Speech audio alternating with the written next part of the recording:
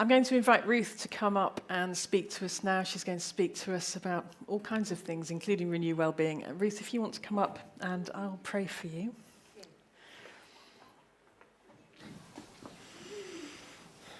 Lord, we thank you that Ruth is with us and amongst us this morning. Lord, we thank you for the journey that she's been on. We thank you for your constant presence with her. And Lord, I pray that we would have open ears and soft hearts to hear what you have to say through her this morning. So Lord, bless her with your words. Amen. Amen. Thank you, Ruth. Thank you, Helen. How lovely. It feels just like home being here. I used to lead a church that, well, they look just like you, except more northern. So I don't even know what that means. Kids, you're amazing. Are there children actually in here? Because you're so well behaved. That's what's not like the church I led. Because I'm used to leading a church where children aren't really well behaved, along the front of the table where I was sitting are some pens, some free notebooks, not adult, stop it, I can see, and little bits and bobs, like maybe you want to decorate a heart or a star, or there's some free bookmarks. Why don't you come and help yourself for a minute if you want to, if you want to grab some free stuff. Free kit, kids, come on. Oh, aren't they good? Well, when I say children, right up to, older than that, if you like. Yeah, go for it, free things for you to scribble in, doodle in, write some little notes in, whatever you want to do with it, they're there for you. I've come down from Nottingham today. That's where I live. I'm here because of Stephen and Susan, who are my dear friends, and thank you for inviting me. But also because what an amazing thing you're doing here. Helen, you're great. I'm glad you came on that webinar. The things that are happening around this charity, Renew Wellbeing, are blowing my mind a little bit. So I'm just going to pray whilst the kids grab all their bits and bobs. Grab and run, kids, grab and run. Grab as much as you fancy. It's all free. Father, thank you for your shalom. We just settle into this moment to listen to you. We've been learning through each other what we think well-being is, but we can only really learn from you. Come and meet with us, Holy Spirit. Have I got a few slides up here? Hang on, let me just... cool. So, well-being, here's the definition of it. I think it's a rubbish definition, personally. I have to say I wasn't very good to have on the table because I've been looking at the word well-being for the last 7 years and I haven't come up with a definition of it at all. I think it's one of those things that means different things to different people. It's very much a buzzword. Came downstairs the other day, my husband works for the City Council in IT. It had Wellbeing Wednesday across the screen. I said, oh, that's fantastic. What's that mean? He went, absolutely nothing. They send us an email, they tell us it's Wellbeing Wednesday, and then the next week they do the same thing. So it's a bit of a buzzword, and it is in the church as well. We're talking about wellbeing, do we know what it is? So great, Helen. Really interesting to hear what you were saying this morning. That was the Office of National Statistics, how we're doing and how sustainable it is for the future, written before a global pandemic and a possible world war. I don't know they knew what sustainable future was going to be about. Here's the 5 ways to wellbeing. This is, I've just noticed it's here. Well done. It's all very techy here, isn't it? These 5 ways to wellbeing, this is what the New Economics Foundation came up with 12 years ago, big piece of research, asked loads of people what they needed for their mental and emotional health. These were the things they said: connecting, getting active, taking notice, keeping learning, giving. Can you spot what I spot? That looks like church to me. I pretty much think if the church was doing what the church could and should do, it would look like well-being. And it would look like well-being at the heart of our communities. So that one, really hate this one. So top of this page, this is from the Journal of Wellbeing. I'm giving you stuff I know what I don't think well-being is. I'm just not sure what it is yet. This is the medicalised version of well-being. So if you've got some challenges, then you need some more resources, and then you'll have this balance. And this balance point, this tiny little balance point in the middle, that's your well-being. I react quite strongly to that. In fact, I'm going to react quite strongly to it just now, because You can and must go and get some help. If you're struggling with your mental and emotional health, please go and see your GP. I left it too late because I was a Christian and I thought I shouldn't be having a breakdown. Please do it. If you broke your leg going out to here now, you wouldn't go, oh, I'll be fine, I'm a Christian. Go and get it set. Go and get some help. There are good medications. We need to talk positively about this stuff, about help we can get, and stop being so super spiritual about it. People need help when they need help. However, it is not quite that simple when we talk about our mental and emotional health, is it? Those of us who've had breakdowns, those of us who've been there, it isn't as simple as do this, do this, do this, and then it'll balance out this, this, and this. And if we take Jesus and the gospel and pop them on that other end, on the resources end of the seesaw, do you know what we'll do? We'll put people off God. That's what we'll do. And I think that's too big a risk to take. Be careful. Here was my response to that seesaw when I saw it. It's in the back of the book, Slow Down, Show Up and Pray. If you've not seen this is the story of Renew Wellbeing. My publishers didn't like my poems, so they put them in an appendix at the back. I can rarely find them myself. And I was going, well, I just think, this is the raw me. This is what I felt when I saw it. What if the seesaw never steadies? What if the challenge weighs you down? What if resources seem too distant, struggling to hide your inner frown? What if there is no trick to balance? Habits and happenings fight in vain. What if the moment that you find it, balance escapes, unhinged again? Surely if our God is stronger and no battle is too great, the sea should never soar. Why do I feel so overwhelmed when his great weight should overwhelm it all?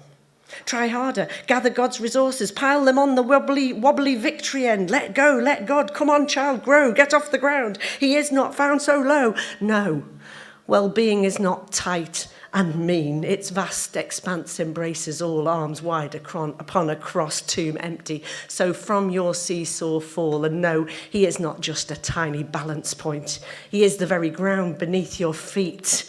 He catches you. You catch your breath and it's his air you breathe. He is above, below, he's all in all. In him we live and move and have our being, well-being, dwell-being. He dwells in us, in him we hide, and then the dwelling takes the seeing and the soaring in its stride. You see, when I worked out what well-being might mean, I had neither happiness nor comfort nor health. I had a massive burnout breakdown year when all I could do was watch reruns of Dallas. If you're too young to know what that is, don't find out. It wasn't good. It wasn't good the first time. It wasn't good on a rerun, and I wasn't well. And even then, when I couldn't get out of my bed and look after my own kids, I still thought it must be nothing to do with my mind, and I must be able to pull myself together. I think being a Christian can make it worse. I say that guardedly, carefully, because we think we should not feel like this. Because we think that if on the resources end of that seesaw is God, the Father, Son, and Holy Spirit, and all the resources of heaven, and it's got out of balance, it must be our fault. I'm telling you now, none of us are immune. We're in a broken world, and I didn't know I was the sort of person who could have a breakdown, and I did. What I didn't know was it was okay. And God had me. My definition of well-being, if you've never seen it before, is this. It's a cup, by the way, beautiful see-through cup.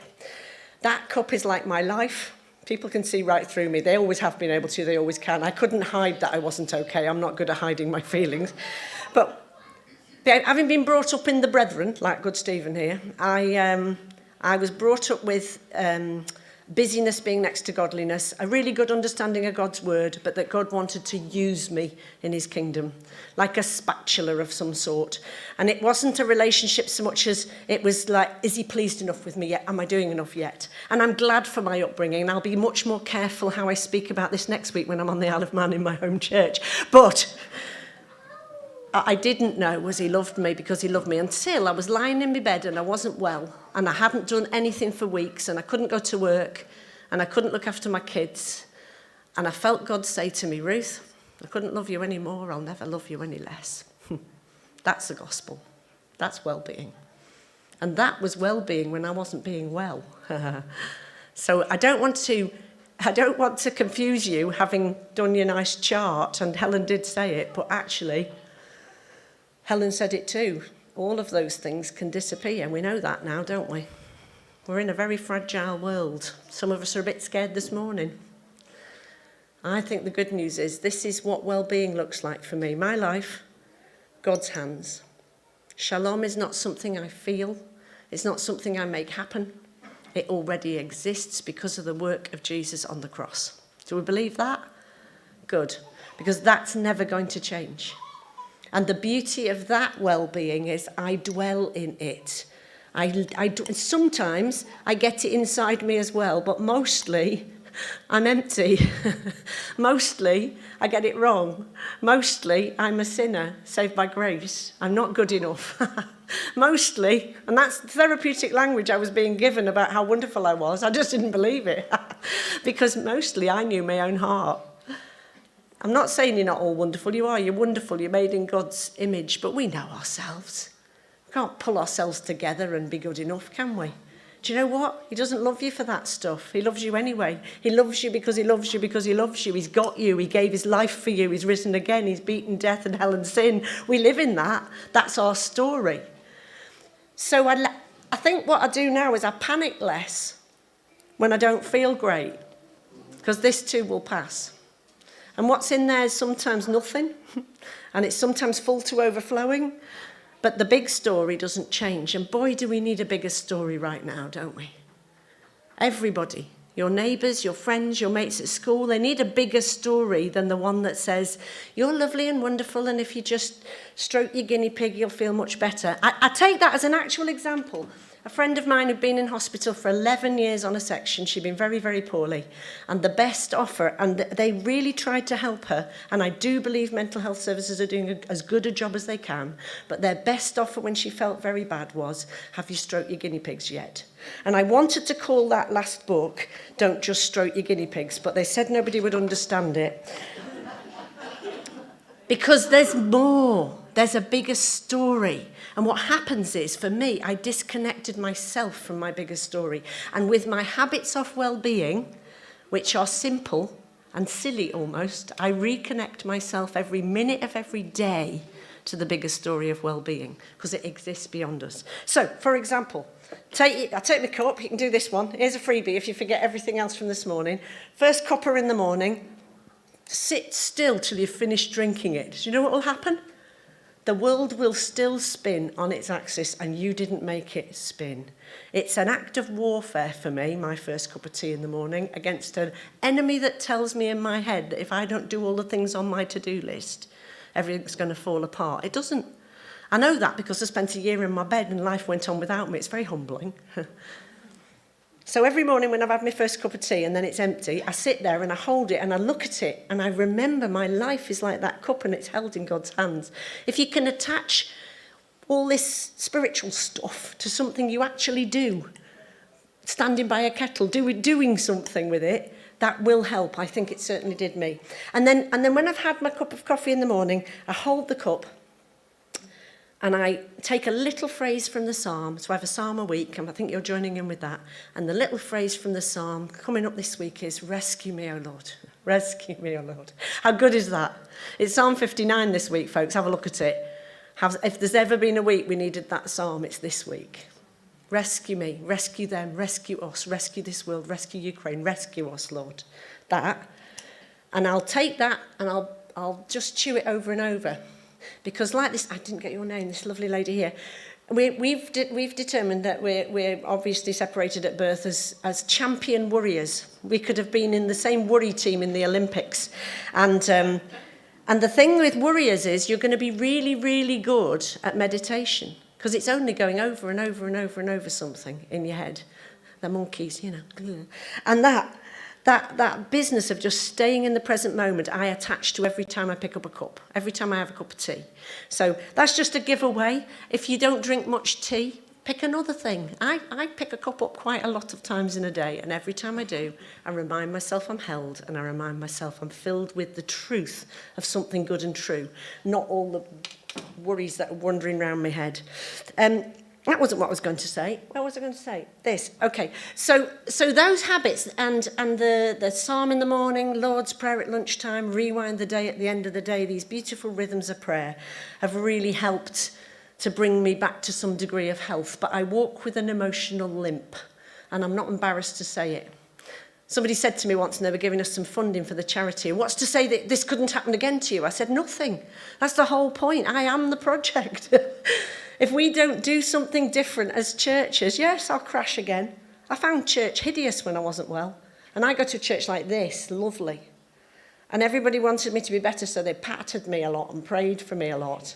I called it guerrilla praying, unsolicited guerrilla praying. It's like, oh, don't get off. And I thought, no, I'm going to let you down, and I'm going to let God down, and I can't feel like you want me to feel, and so I stayed away for a year. The people I needed to be with, I couldn't be with. Let's not be that. Let's give people space to not be okay. Let's find some spaces where you can limp a little and nobody tries to fix you, but we don't panic because there's a God and he's okay with our not okayness. This is Renew 37. You'll know the story. If you don't know the story, you can buy the book. I've got some with me. Ha-ha! It turned into an advert. Slow Down, Show Up and Pray, if you've not seen it, is the story of how Renew got set up and how you've ended up joining in. I think we're on about 175 spaces nationally now. Started 6 years ago with one little space in Nottingham that was so selfish. Basically, I needed somewhere to do my rhythms of prayer with my church, and I couldn't do it on my own. I don't think any of us can. Because these 3 principles we come up with, be present, show up when you say you're going to.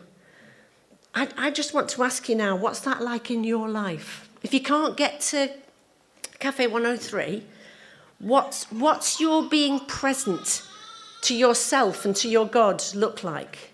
In what moments and what hobbies and what recreational activities do you feel really fully present in your own body with God? Because I didn't have any hobbies before I was poorly. My hobby was going to church and helping fix other people. If you haven't got something that you do just because, pick something. Pick a hobby, pick a creative activity. We have a creative God. Be present. Be fully present. Because these principles for Renew Centres, I've just realised, are not just for Renew Centres. They're the DNA of my own life. So showing up in my own life, slowing down, really noticing stuff. On a beautiful sunny day, when there's a sunset or a sunrise, when there's a rainbow, pause long enough to look at it. I could go on a whole walk with my dog, get back and realise I'd called it a prayer walk, but really it was just worrying without my eyes shut. Because if you worry with your eyes shut, which is normal praying, and you do that by a canal, you're in trouble. So this one was worrying, but calling it praying. Do you do that one? Anyway, had to work out what prayer was. Partnership, we know that in our cafes, we're looking at partnership with mental health services. I just want to bring this back to you personally. Who are you partnering with? Who's got your back with your well-being? Who knows what your rhythms of life need to be and is saying, have you had any time to yourself this week? How are you? Don't just a little tip, don't say, how are you? Because that's just a really rubbish question if you're feeling not well. Ask something like, what's helped you this week? Or how did you get on last night? Or what's been the thing that's really helped you get through today? What helped you get your feet on the floor this morning? And then go, well, that's interesting, I'm going to try that. Learn from each other. This language of well-being is not a one-off thing. It's something we need to get fluent in together as communities. So who are you partnering with? It may be you need to be partnering with some mental health professionals and get some help.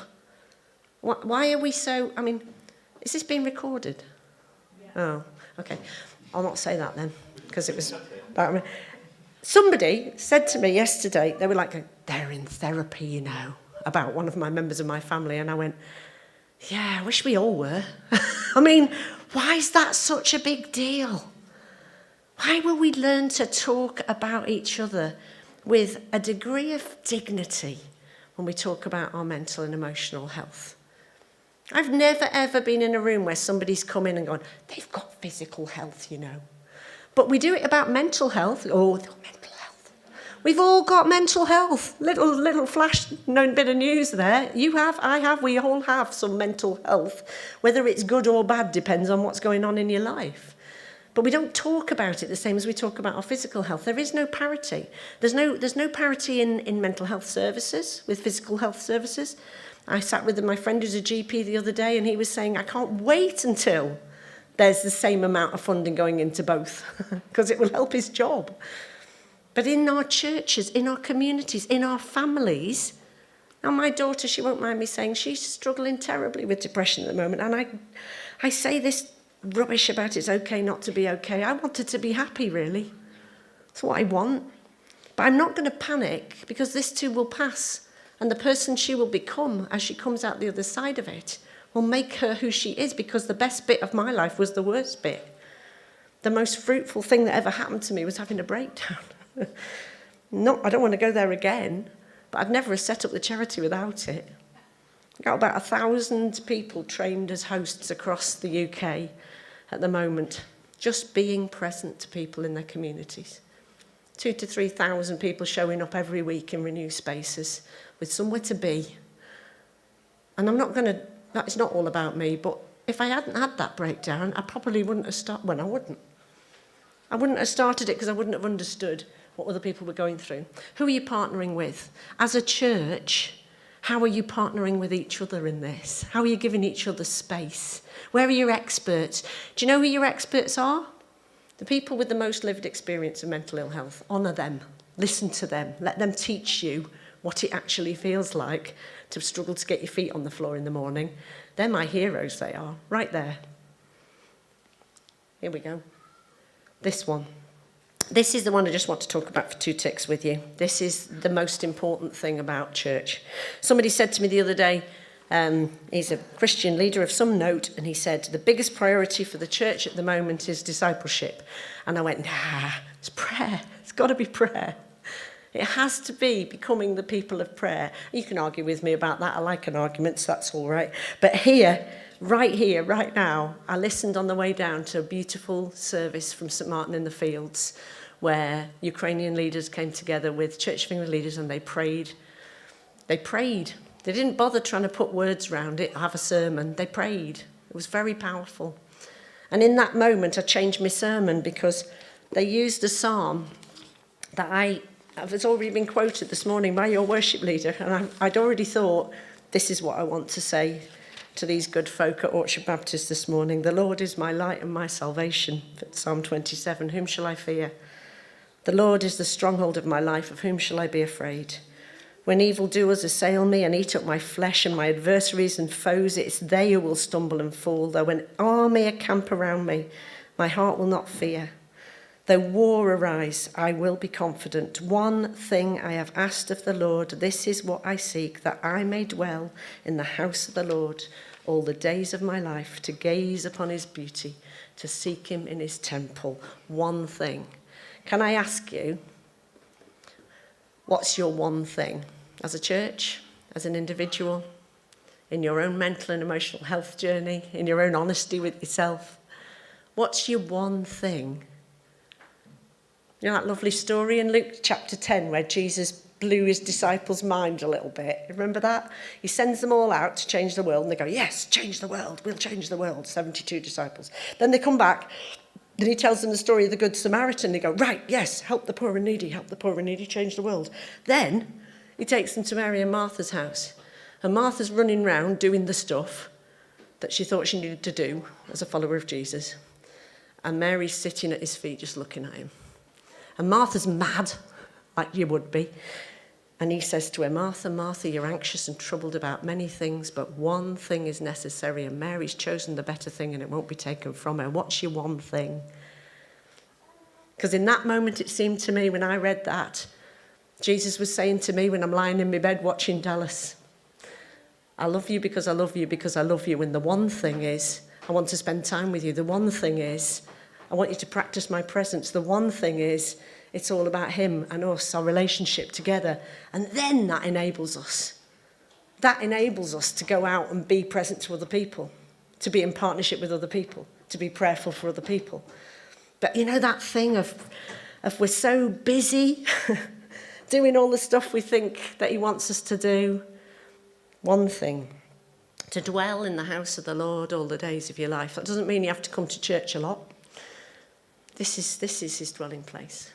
Are you fully present to him being present to you? To seek him in his temple.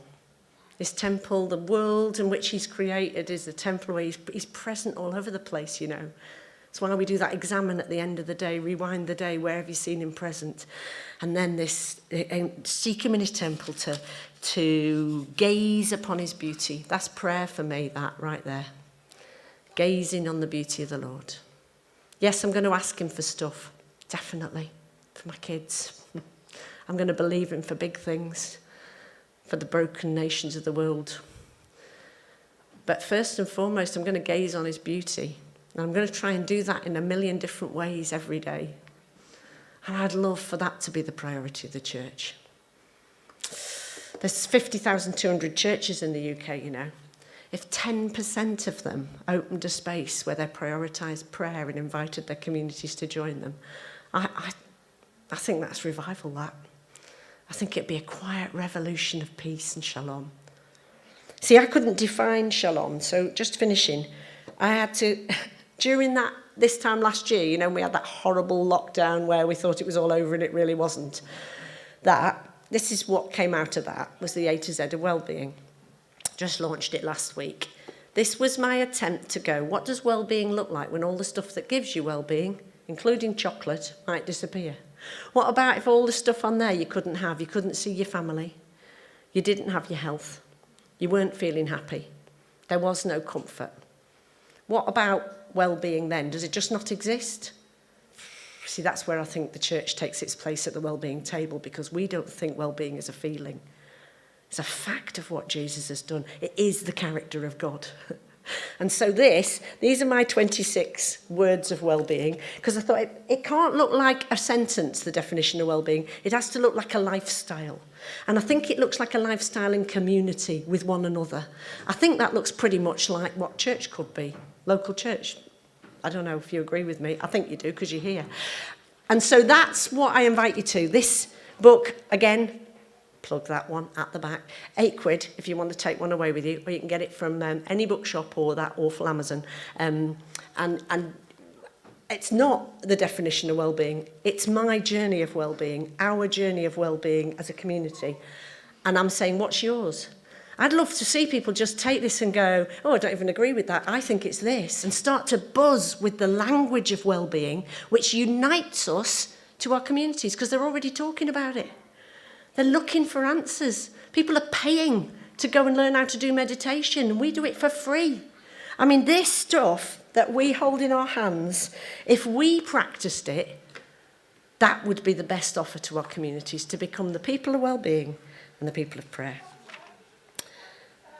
One thing I ask of the Lord, to gaze upon his beauty, to seek him in his temple. I wonder what your one thing is. If you've got one little habit, one little thing you do that helps you to stay connected to your proper story, the real story. Maybe something like, here's just a thought, before you look at your phone in the morning, pause, remember what your meditation is, look at the Word of God first, just a thought. There's not loads of good news out there, but there's loads of good news in here. And we fill ourselves with this, then we can go and make a difference. This is okay even when we're not okay. This is livable even when you can't get out of your bed and get your feet on the floor.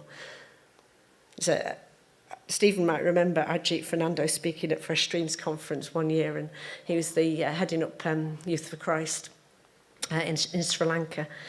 And he said, if prayer is the best thing we do, when it's the only thing we can do, that's a promotion. If prayer is the best thing we can do, when it's the only thing we can do, that's a promotion. I even talk about death in the book, and I don't talk about it in a very negative way, actually. So I think we're preparing all the time for the fact that life's a bit fragile and we're not here forever. I'm going to just pray a little blessing over you. It's a bit of an edgy blessing. It's not particularly comfortable or happy or maybe even very healthy, but I think it's full of well-being. It's under V's for values.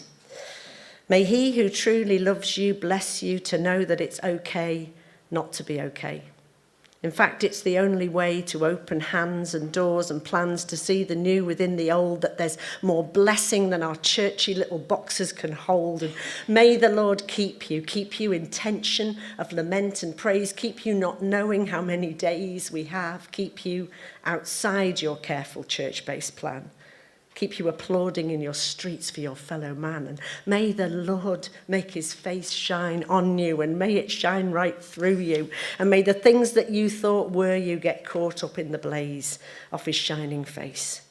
And may he give you peace, not happy moments for the few who made it to the meetings who already knew his peace, but deep shalom that joins the many, but seeks the one who cries alone. Peace, shalom. Well-being spoken, blessing given, may his kingdom come on earth as it is in heaven. I'd love for you to share what you're learning in your Renew space with many other people. I'd love for this to multiply across all our churches. I'd love most of all for us not to need Renew Wellbeing anymore, because it's just called church. That's what I'd love. So Lord, would you renew our well-being, our shalom, our understanding of your peace, our completeness, because we know that we are held by you, our wholeness even when we're not well, because it's not dependent on our circumstances. Lord, would you re-inject a deep bass note of joy that leaves room for lament, and would you come and renew well-being here in Bicester? May your kingdom come here in these families, in these people's lives, in this community hall, as it is in heaven. Lord, would you teach us not to panic?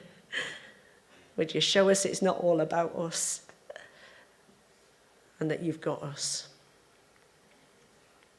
God of all well-being, make us whole and holy. Keep us safe, body, mind and spirit, ready for your presence. You have called us. You are faithful, and you will do it. Amen. Amen. Thanks, folks.